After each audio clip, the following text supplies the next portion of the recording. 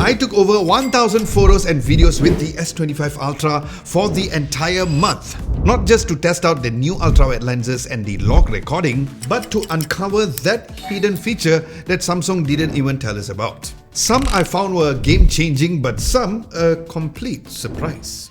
Now, starting from the ultra-wide lenses, the overall dynamic range, the natural pop from each shade of the colors was indeed nicely produced. There were no lens distortion at the edges, but while these are all defaulted at 12 megapixel, if you zoom in close, you will still get some very nice details. But if you really need that extra oomph, you can switch to the 50 megapixel mode, which you can change it in the app. Now, speaking of the app, once you switch to the 50 megapixel, you can change between 3 times of the zoom modes, which is 0.6, 1 times and 10 times. So you can choose accordingly over there. Now, that is of course if you really want that extra amount of detail. Otherwise, you can just go with the 12 megapixel mode, which was plenty great. So the image processing made these main lenses super pleasing to the eyes, as it was produced very close to how the area was perceived in real life. So yeah, gone are the days at Samsung having 2 saturated images, which seems to be what Vivo is doing nowadays instead. Now, during the day, you can go all the way to its zooming capabilities where you will get some decent results. But while you can zoom all the way to its max 100 times zoom, I would say that the best results would be the max zoom of 690mm or 30 times zoom.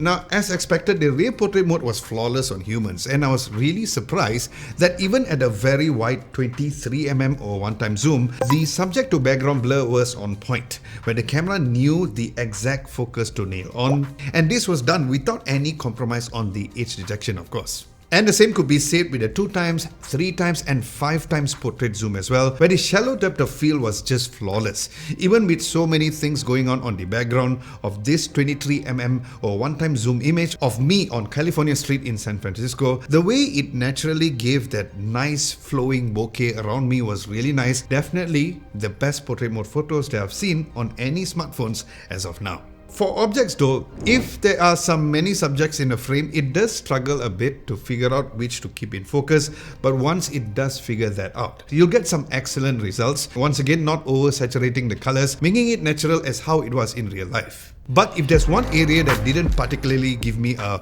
wow factor, was the macro shots, because not only it was not so easy to nail the focus, but the overall image processing wasn't great. And here's where I think that the Vivo X200 is the best when it comes to this particular macro feature. So if you only need to take macro shots on your phone, then this is probably not your best option. Well, for me, I don't take any macro shots, so this was fine by me.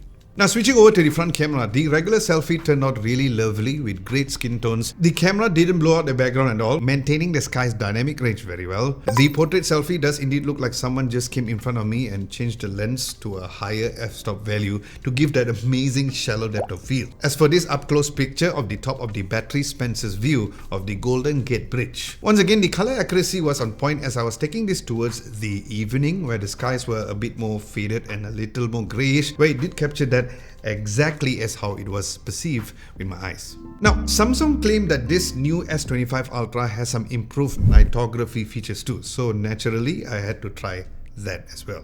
Now, the ultra-wide lenses did as great as the daytime shots, but what's interesting is that in this particular picture in the middle of the ice rink, it was pretty overexposed right in the middle, but after taking a shot, the way the image was processed after taking a shot, it was nice and it was very evenly lit. Now, as for the outdoor nighttime photos, the reflections of the ground and the overall balance of the highlights in the middle of the image of the shopping center area of the light was also evenly accurate too. But what's even more interesting is the fact that you can either use the regular photo mode or the dedicated night mode in the camera app. But why? Or what is the difference? Well, the dedicated night mode will give you a limit of zoom only up to 10 times, whereas the regular mode obviously goes up to the max value of 100 times zoom. So is there a difference between the night mode and the non-dedicated night mode? Well, let's compare for you to see. Now, as seen side by side with the ultra-wide lenses with it off and on, you can see how the skies were lovely and smoother in the night mode, where the overall details on the buildings for the ultra-wide and the main lenses were very nice and pronounced. So yes, this all comes down to the fact whether or not you really need that zoom beyond 10 times zoom, otherwise just stick to the dedicated night mode as it will give you the best. Now, I also used this particular night mode in a very low light area, and yes, it did turn out great both for the ultra-wide lenses and the main lenses too. But another surprising factor was the night portrait mode. Because even though there's no such thing as a night mode for the portrait mode, but the results on humans were as good as the daytime shots. Now, this was also the same for objects, and this further solidifies the fact that the Samsung Galaxy S25 Ultra is indeed the portrait king. Now, I also am super glad that the nighttime selfie photos really look great from the regular selfie to the portrait selfie as well. But wait till you see the nighttime videos, because that might just blow your mind. But before that, if you guys are enjoying this in-depth camera review, do give this video a nice big thumbs up. That would be very much appreciated. And a subscription would be lovely too, as we are on the way towards 200,000 subscribers here in this channel. So thank you, and thank you very much in advance. Next, allow me to show and talk about the video performance on this, because one huge improvement is how the lenses switch seamlessly in the camera app without having any weird color shifts. And that weird color shifts is something that most smartphones tend to do.